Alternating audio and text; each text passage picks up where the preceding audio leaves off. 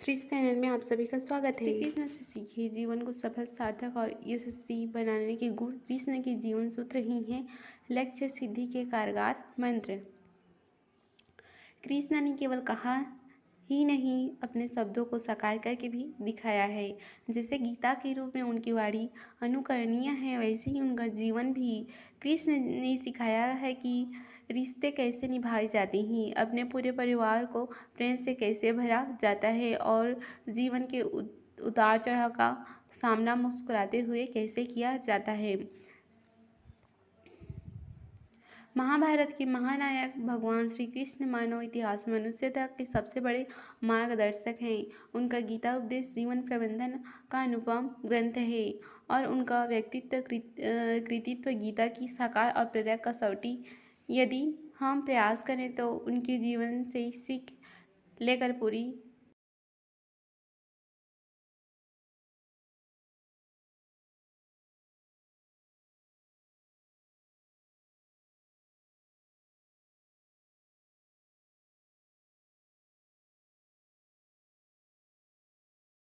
360 degree पर अपने जीवन को सफल, सार्थक और उन्हीं की भांति यशस्वी बना सकते हैं।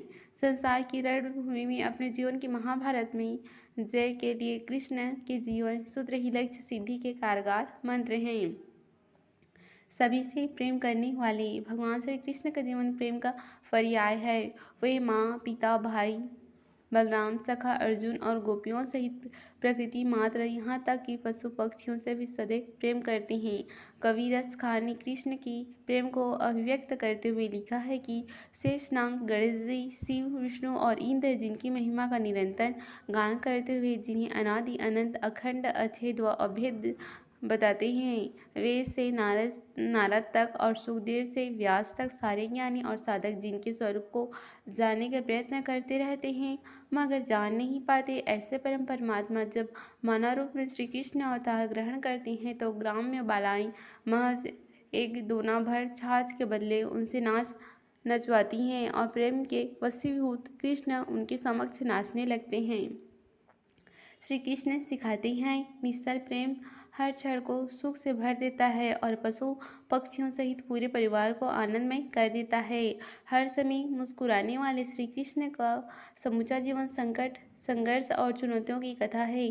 उनका जन्म कंस के कारागार में हुआ।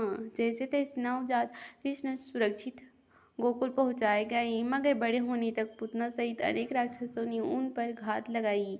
जरासंध के भय से उन्हें कुटुंब सहित मथुरा छोड़ द्वारका बसानी पड़ी।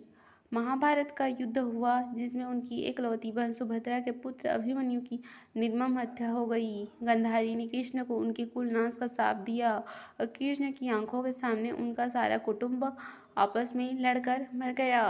मतलब आदि से अंत तक बहुत कुछ अप्रिय और कष्टदायक घटा, बावजूद इसके कृष्ण की आंखें से कभी आंसू न निकले।